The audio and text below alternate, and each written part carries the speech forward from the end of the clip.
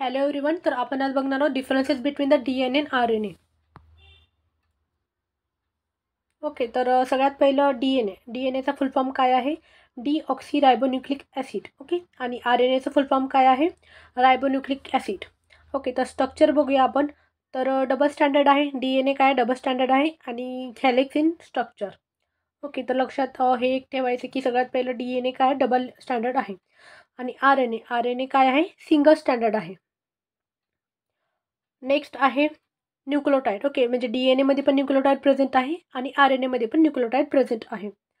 तर ह्यामध्ये जे आहे एक शुगर आहे. ओके, म्हणजे DNA कशापासून बनतं? एक तर डिऑक्सिरायबोज शुगरपासून बनते.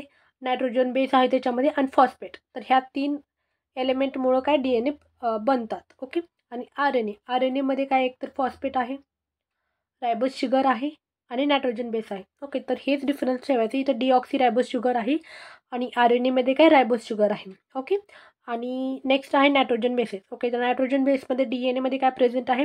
ॲडेनिन आहे, थायमिन आहे, सायटोसिन आहे आणि ग्वानिन आहे. आणि RNAमध्ये काय आहे? एक तर ॲडेनिन आहे, युरासिल आहे, सायटोसाइड आहे आणि ग्वानिन आहे. ओके, तर हे लक्षात ठेवायचं की DNA काय थायमिन प्रेझेंट आहे आणि RNAमध्ये काय प्रेझेंट आहे? युरासिल प्रेझेंट आहे. ओके, तर नेक्स्ट आहे तर फंक्शन बघूया आपण. DNAचं काम काय आहे? एक तर DNAमध्ये काय आहे? DNAमध्ये जेनेटिक इन्फॉर्मेशन स्टोअर केलेलं आहे. कशामध्ये? DNAमध्ये. आणि RNAमध्ये पण जेनेटिक इन्फॉर्मेशन आहे आणि त्याचं फंक्शन काय? प्रोटीन बनवणे. ओके, DNA काय केलं जातं? ट्रान्सक्रिप्शन केलं जातं. म्हणजे DNA पासून RNA बनतात आणि RNAचं फंक्शन काय? प्रोटीन प्रिपेअर करणं म्हणजे प्रोटीन बनवणे. तर हे RNAचं काम आहे.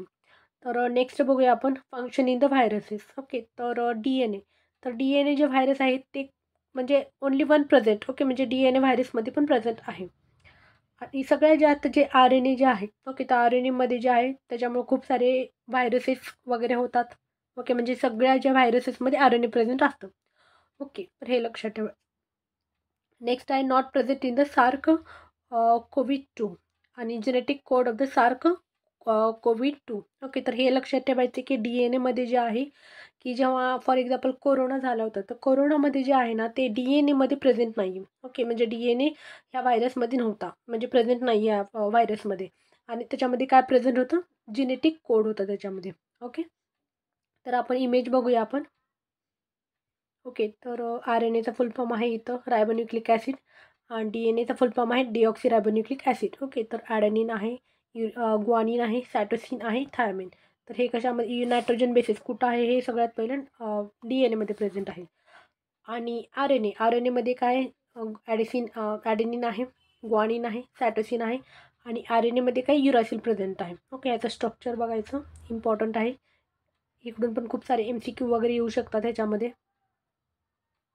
So thank you. आपला टॉपिक कंप्लीट झालेला आहे.